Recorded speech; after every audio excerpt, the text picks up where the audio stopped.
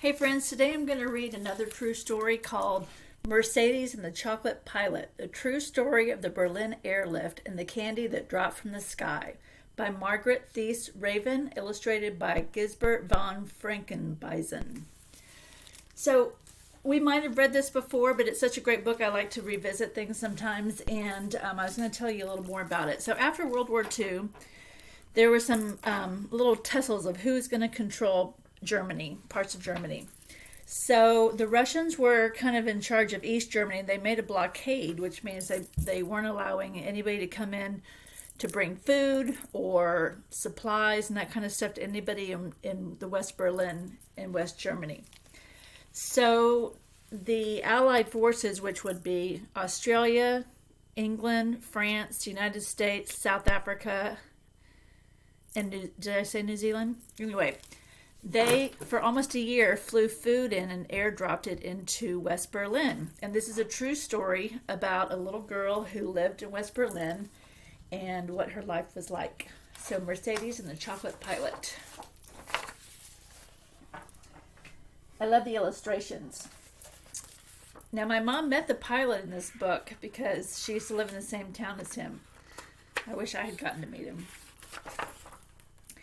There's also some information if you end up checking out this book that tells you something from the illustrator and something from the author.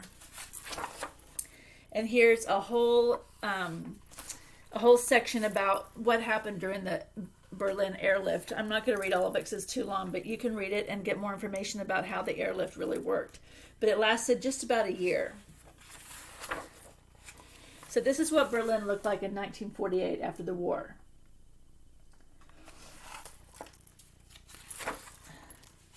One late August day, Mercedes slipped her hand under the white chicken she kept in the small courtyard garden behind her apartment building. Please let there be eggs, she wished, as the silver-winged planes flew above like guardian angels. But like yesterday and the day before, the chickens' nests were empty except for one small egg. Mercedes fed each chicken a worm and tried not to cry. She loved her fur-feathered pets, but Mama would not be happy. Eggs were more precious than gold in West Berlin during the Russian blockade. Tomorrow I want an egg from each of you, she scolded the chickens sternly, or Mama will say we can't afford to keep you and must have you for dinner instead.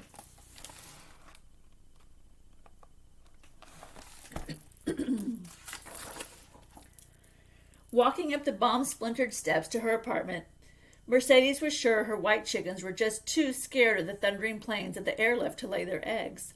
Night and day they roared overhead like huge silver birds into nearby Tempelhof airfield to unload their supplies.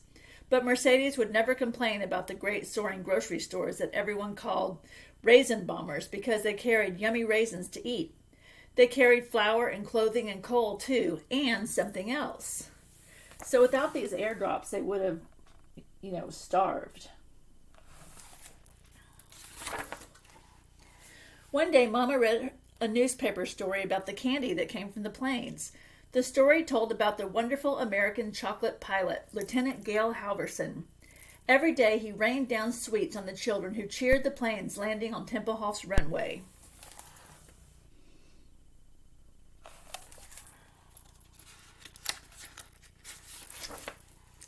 As Mama read, Mercedes learned how the tall, friendly pilot had talked with these children one day at the fence near the runway's end.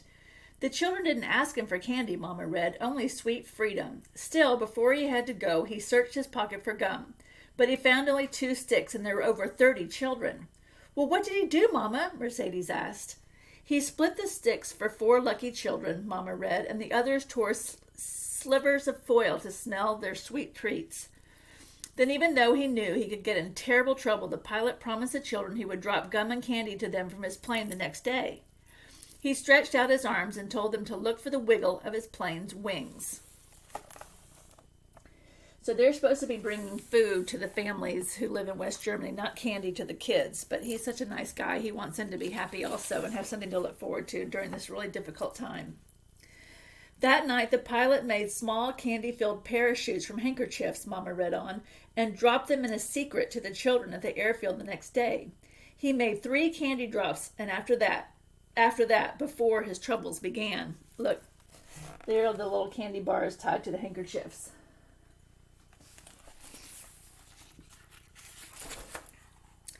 Children's letters addressed to the chocolate pilot and Uncle Wiggly Wings began to arrive at the airfield. Then a candy bar almost hit a reporter on his head, and the colonel in charge of Tempelhof read about the pilot's secret in the newspaper. He was caught. Did the colonel yell at him? Mercedes cringed, but Mama laughed and said, "Only a little." Then he shook his head and told him to keep dropping and keep him informed. "But won't he run out of candy?" Mercedes asked anxiously, but Mama laughed again. People from all over America now send the pilot handkerchiefs for parachutes and so much candy that it fills 2 large railroad boxcars. It's a lot of candy. Mercedes heaved a sigh of relief. "May I go to catch some candy at Tempelhof too, Mama?" she asked hopefully.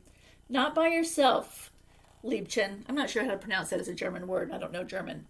Frau Simon warned quickly. "The streets are too dangerous with soldiers and rubble everywhere. But I promise to take you to the airfield soon to see the chocolate pilot," she said, hugging Mercedes close to her. Mercedes smelled the smoky scent that still lingered in Mama's blue dress from the time when the bombs had fallen during the war. She knew Mama cried quietly at night for Papa, who hadn't come back after the fighting. "Don't worry, Mama. I'll stay close when we go," she said. "I'll even walk with my toes in your shadow, except when I run for our candy," she added happily.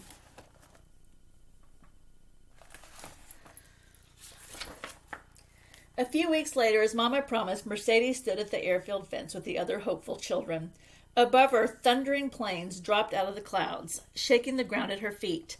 Then a great cheer came up from the children when they spotted the wiggle of the chocolate pilot's wings. Suddenly, many small white parachutes floated down like marshmallow clouds. Isn't that such a nice thing to do? It takes a lot of time to make those parachutes. He must really like kids a lot. Mercedes ran excitedly with the other children, with her hands stretched high to capture the prize in the sky. But at the very last second, a large boy nearby reached up a little higher and grabbed the parachute drifting toward her. And oh, the look in his eyes as he bit into the silky smooth chocolate. It was all Mercedes could think about the whole sad way home.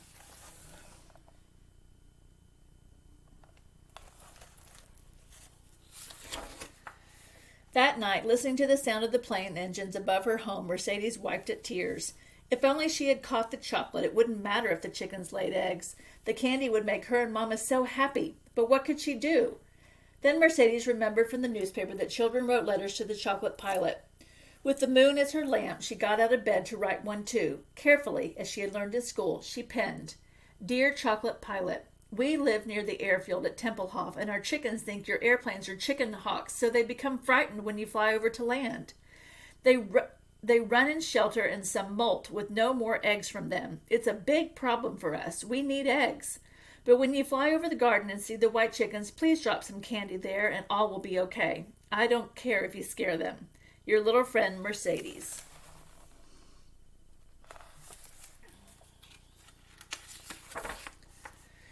Frau Simon mailed Mercedes' letter the next day, quietly keeping the thought behind her lips that such a busy pilot didn't have time to make every children's dream come true. But Mercedes now waited in the garden with the white chickens every day, wishing on each angel plane above for her candy to fall from the sky. Now remember, this is a true story. This is a real person. Returning to Rhine-Main Air Force Base in Frankfurt, where he slept and ate between his 3 round-trip flights into Berlin each day, Lieutenant Gail Halverson put down a handful of letters on his cot. It was late October. For months now, children's letters with crayon-colored drawings arrived for him from all over Berlin. Each week, the many letters were translated by 2 German secretaries and given to Lieutenant Halverson. Because remember, the letter I read was in English, but she would have written it in German. A few got his personal reply, but all the letters touched his heart. Some even made Lieutenant Halverson laugh until he cried. A 9-year-old boy, Peter Zimmerman, wrote the chocolate pilot that his legs were too short to run fast for the candy, so he drew him a map to his house and instructed, "Fly along the big canal. At the second bridge, turn right. I live in the bombed-out house on the corner. I'll be in the backyard every day at 2 p.m. Drop it there."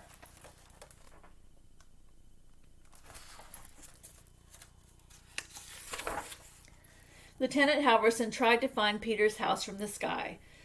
But when he couldn't, he boxed up candy bars and gum and sent them to Peter's address by West Berlin post, but not before he heard from Peter again saying, No chocolate yet. You're a pilot. I gave you a map. How did you guys win the war anyway? Now on this late October day, Lieutenant Halverson quietly opened today's letters. One by one he read them. Then he lingered over a letter from a little girl with white chickens in her courtyard garden. He smiled and laughed and fought back a tear as he read, "We need the eggs, but when you fly over the garden and see the white chickens, please drop some candy there and all will be okay. Your little friend Mercedes." Lieutenant Halverson softly rubbed his head. His little friend's sweet hope was as fragile as the eggs and as precious to him as the white chickens were to her. But would he ever find the garden with the chickens? Even with Peter's map, he couldn't find his yard by the canal.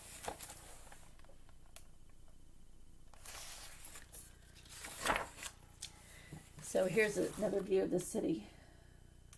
Can you imagine living in a place like that? Or can you imagine having your city torn up like that? As October days passed into November, a thick, soupy fog began to blanket Berlin's sky. Walking home with Mama, Mercedes prayed the pilots would be safe today. She prayed, too, that the fog would lift so the chocolate pilot could find her chickens in the yard at last. No candy had rained down yet. Maybe he had stopped looking for the chickens. "Please don't forget me," Mercedes whispered to the sky above. Frau Simon saw the troubled look on Mercedes' face. She squeezed her hand with love, but said nothing.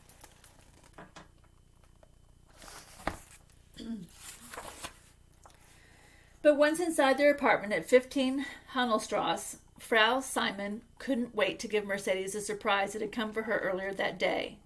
It was a package mailed from Tempelhof Airfield, all neatly wrapped in brown paper and tied with string. Quickly, Mercedes tore into the package.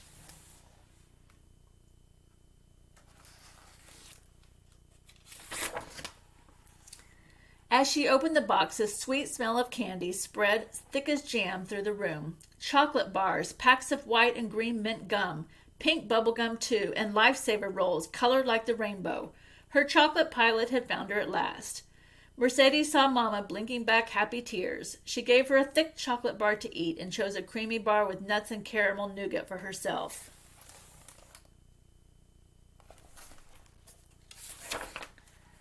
She slipped off its wrapper and peeled back the silver foil.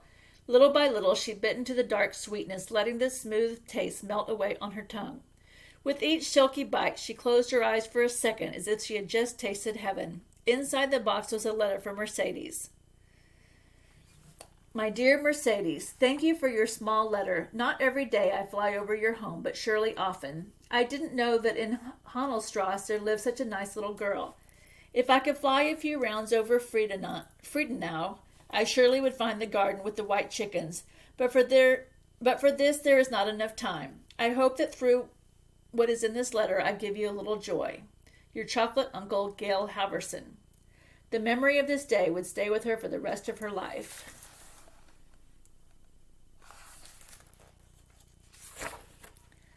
A few months later, in January of 1949, Lieutenant Halverson thought of little Mercedes and Peter Zimmermann and all the children in Berlin as he flew out of Tempelhof for the very last time. It didn't seem possible that his 7-month tour of duty in the Berlin airlift had ended. He was sad to go, but as the clouds parted toward America, he smiled, knowing his candy drops to the children would go on with the help of trusted pilot friends. What Lieutenant Halverson didn't know that day was that his story in Berlin wasn't over.